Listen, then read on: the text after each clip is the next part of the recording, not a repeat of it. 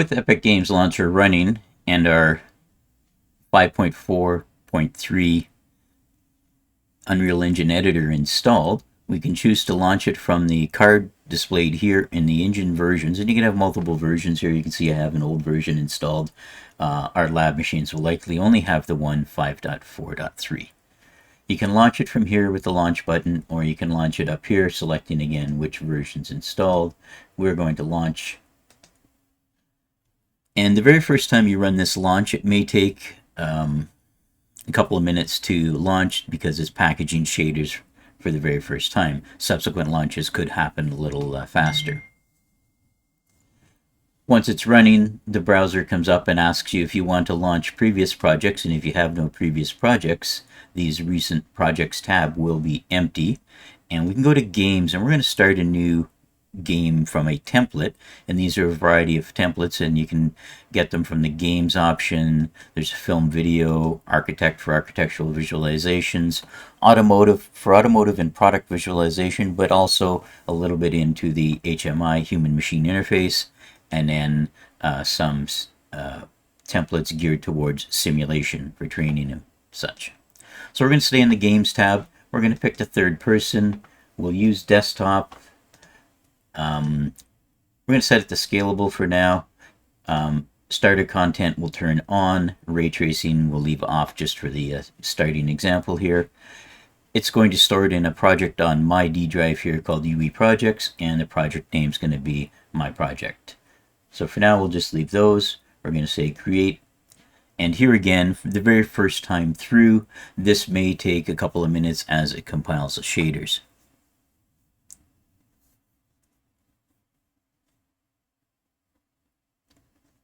And we just having a look at Task Manager here, you can see some of the CPU utilization as it was packaging the shaders.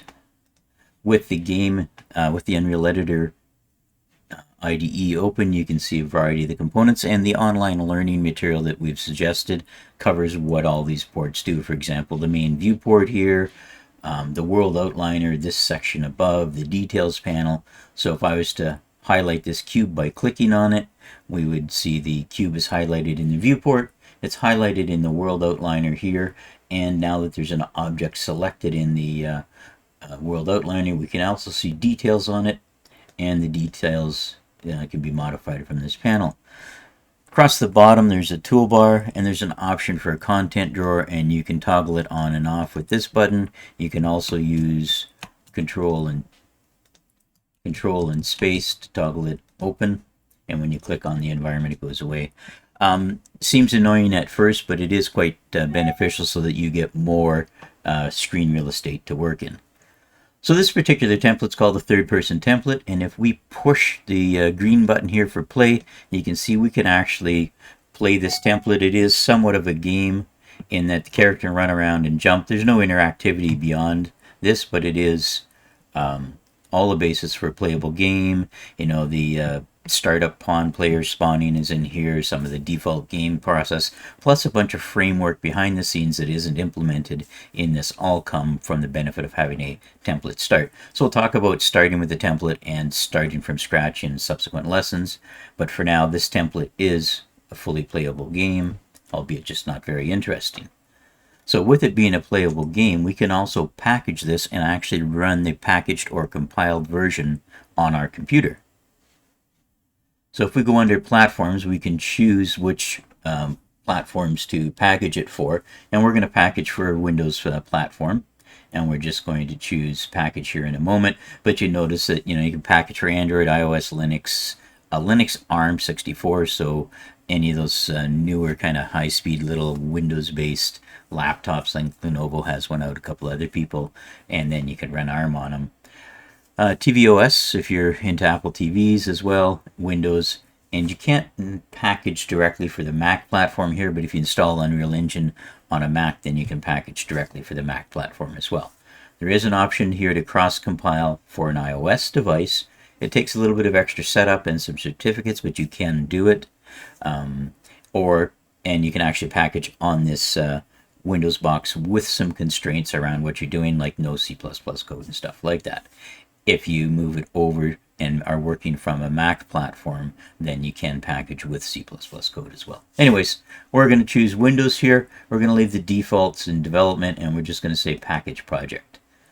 It's going to default to packaging or compiling the game and putting it in the same directory as our project. So DEU projects, my project, it's going to create a folder in here called Windows, and inside that folder is going to place the packaged components. So I've got it packaging. You can see the pop-up here behind my head in the video. I'm going to say show output log. You can get a little bit of idea of what's going on. And if we bring up the task manager, you can see some of the tasks that are going on. And if we bring up the processes themselves, you can see again shader compilers and different aspects of Unreal Engine running in the background here and chewing up a substantial amount of the CPU as it does its work.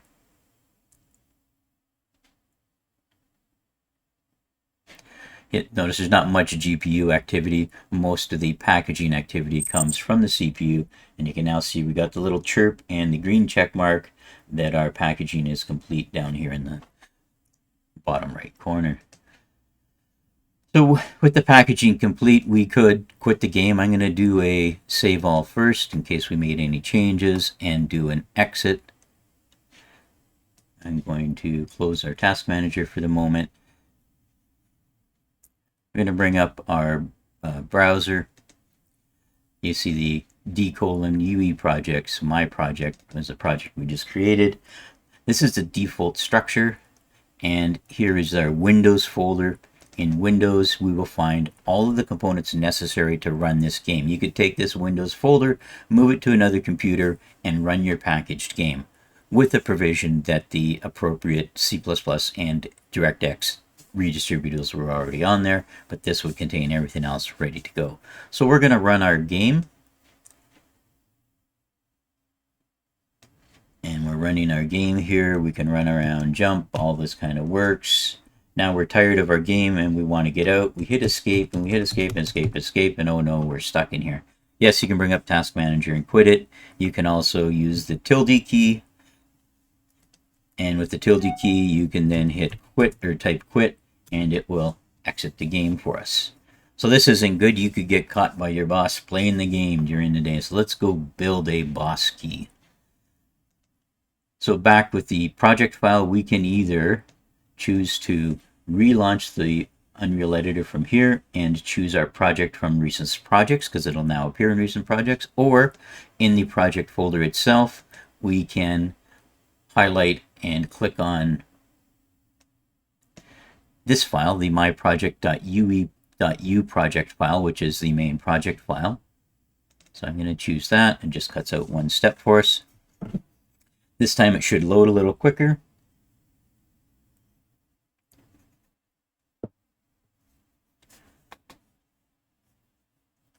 And with our game open, we're going to go ahead and we can play it here. Now, when we hit the escape key, we're playing the game. I mentioned you can quit it with the red box, or you can hit the escape key and it'll exit. So we can't really test in game here, but we're going to program the escape key to work when the packaged game is properly. So Unreal Engine is an event-driven language, so the event that we want to do something on is when the escape key is pressed, we want to do something, and what do we want to do? We want to quit the game. So we're going to actually program our first little blueprint here today on the level blueprint. Blueprints are the programming, and is going to be what we're going to talk about all semester pretty much, short of some discussion on C++. So we're going to do our little first blueprint. Next week we'll talk way more about blueprints and get into some of the nitty-gritties on it. But today I just want to show you a quick preview of it. So under our options here, we're going to go under Level Blueprint, and we're going to open up the Level Blueprint.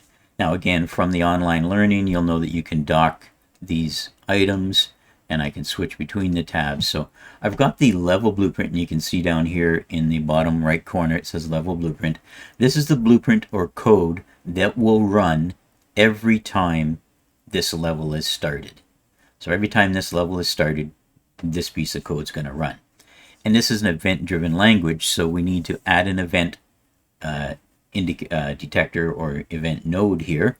So I'm going to right click, and the event that we want to add is when the escape key is pressed. So I'm simply going to do a search here in this box, say escape, and you see as I type escape, it's got a couple of different options, and one of them here is keyboard events escape.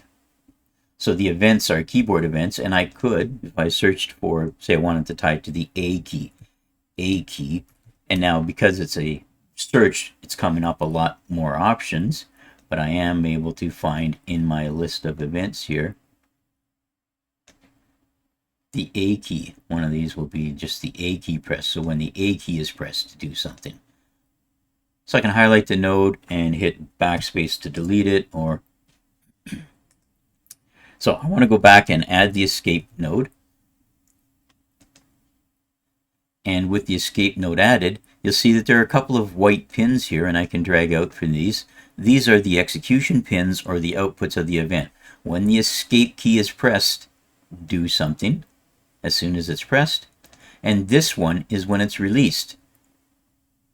So let's say you had a character pulling back a slingshot and you wanted them to hold the J key down and pull the slingshot back, and the further the longer they held the key, the further they pulled it back.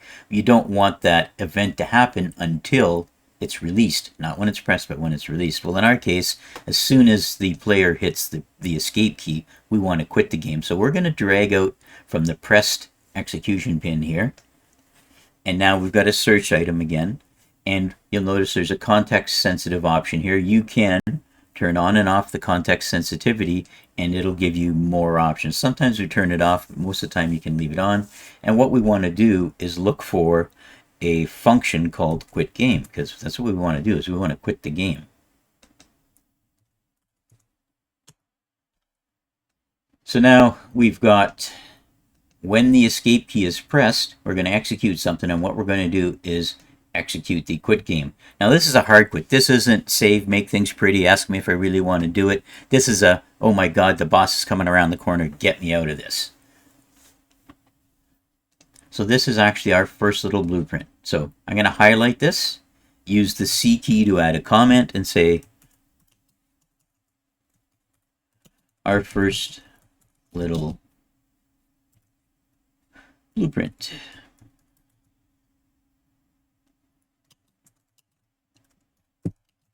The boss key.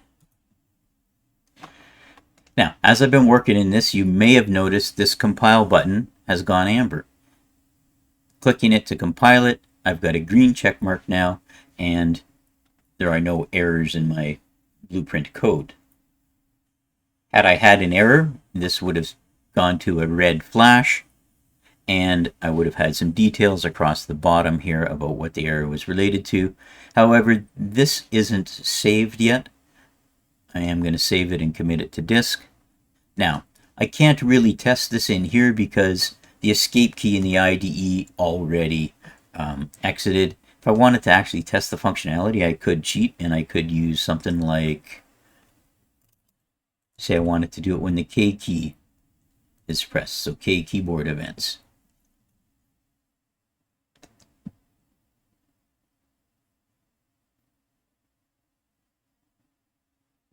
You can see all the different events we can trigger on.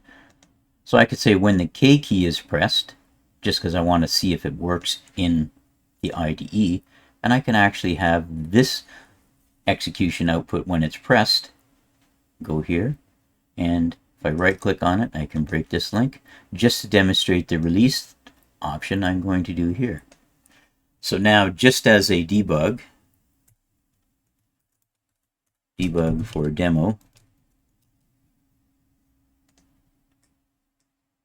and you'll find that I'll be all about getting you guys to put comments on your code so that you and I both know what's going on in your code. I've now added this K, and you'll see that as I modified the blueprint here, that our compile has gone back to an amber question mark, meaning it's uncompiled. I'm compiling it and saving it. So now, playing the game now, escape would obviously exit, and that's built into the IDE. But now if I press the K key, you can see I've got the K up here in the top, and my keyboard display is showing that. but it's not exiting. But when I release, it's exited the game. And if you look at our little demonstration here, that I could press it all I want. There was nothing attached to the when it was pressed. But when I released the key, that event triggered, and this was exit. So now if I wanted to test this out in a packaged version of the game, I go back under Platforms, Target Windows, choose the same directory. It's going to overwrite the previous one. This packaging should happen a little faster. We can watch what's going on in Task Manager.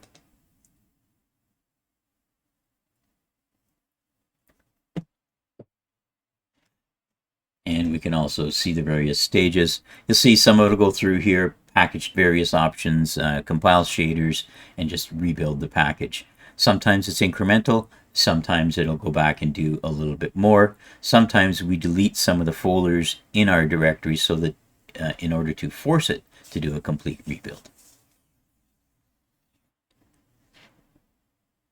Now, I've made changes to this environment. So here we have the package completed. We had the chirp, and we got the green check mark. I am going to do a file save all and a file exit. Back in our operating system in the Windows folder, I now have this recently packaged version of the game. If I run the game, I can play the game, run around, do what I want to do in it, and then as soon as I press escape, it ends, and our code, the little K key debug, is still in there. If I was to press the K key, you can see it's been pressed multiple times, but as soon as I release it, it exits as well. So that's our first little blueprint, and a glimpse into sort of the visuals of visual scripting in Unreal Engine. We have all these nodes that are events or functions. We place the nodes. We can configure the nodes with parameters. We have different return values, different input values for the nodes.